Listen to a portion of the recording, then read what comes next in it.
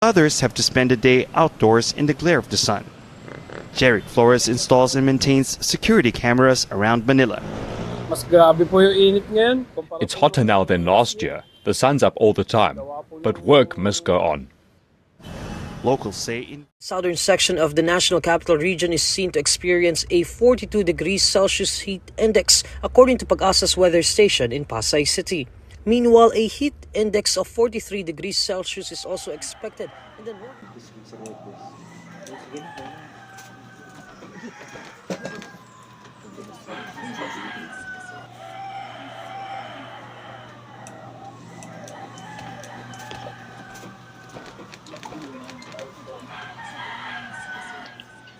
Wala ba kamo natingala sa grabing pag-usab sa panahon? Muulan, muinit, grabing ulan o grabing kainit.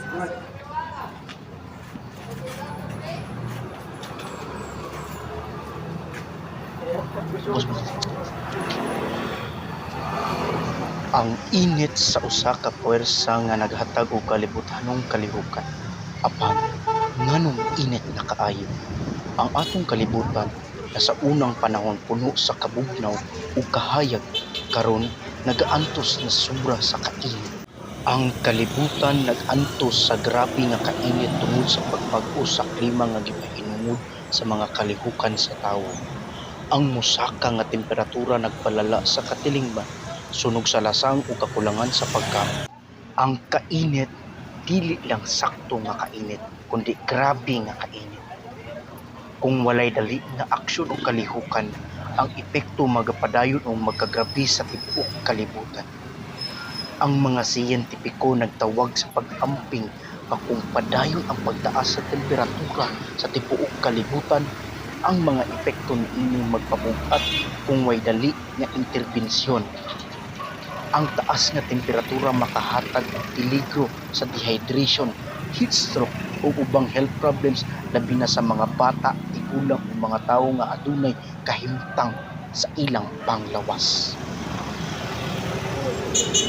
Usa pod ang pribado o publiko nga transportasyon parihang adunay papel sa problema sa kainit. Ang publiko nga transportasyon sama anang mga bus o jeepney nga maglisod sa paghatag og komportable nga biyahe tungod sa kakulangang sa air conditioning ug ilabi na sa oras kung diin ang adlaw naa sa tunga sa panghanon. Sa mga syudad, ang init dili lang basta kainit. Ang aspalto ug ang mga building nga puno sa konkreto nagtipik ug nagpagawas pa og mas daghang kainit sa mga tao nga maglakaw sa kalsada. Kung diin ang mga syudad, mas init kaysa sa mga rural na lugar. Ang mga hayupan na nadamay sa grabing kainit makahatag na og problema sa ilang lawas. Importante nga ato na silang protektahan ug siguruhon ang ilang kaluwasan sa init.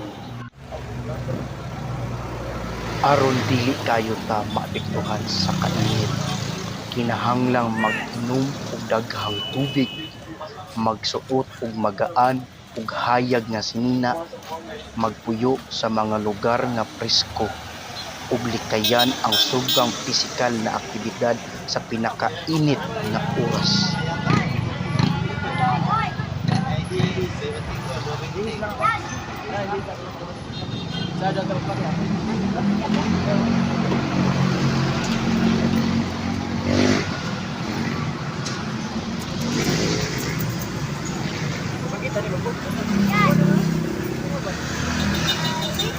I-zoom din tambis.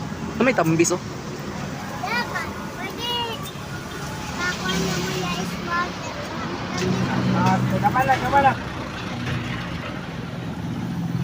Ang pananom makatabang sa pag-ubos sa kainit sa panahon, pinaagi sa paghatag og bugnaw na lugar. Ang pagtubo sa mga tanom sa urban areas magpa-improve sa air quality ug maghatag og mas preskong palibot. Sa pagtapos, ang kainit sa karong panahon kay dili normal ug makahatag og problema sa panglawas.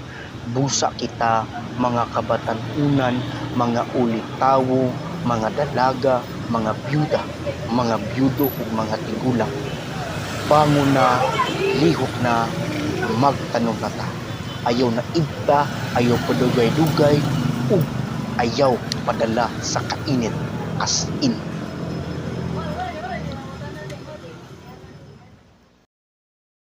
Magani ka na. Sa tuwa ka ko na video, so na maputlon, dahil video na sa katungana, dahil na sa video diri. Ang kinalasan ngayon mga video, nga mga watag video nga kanang kuan maga tree planting ba? Oo. Muna ako ba sa nga offline? Oo. Bali ang ato kuan kanang sa pangalan na problem ba problem na cause o kanang kuan cause iba kanang solution.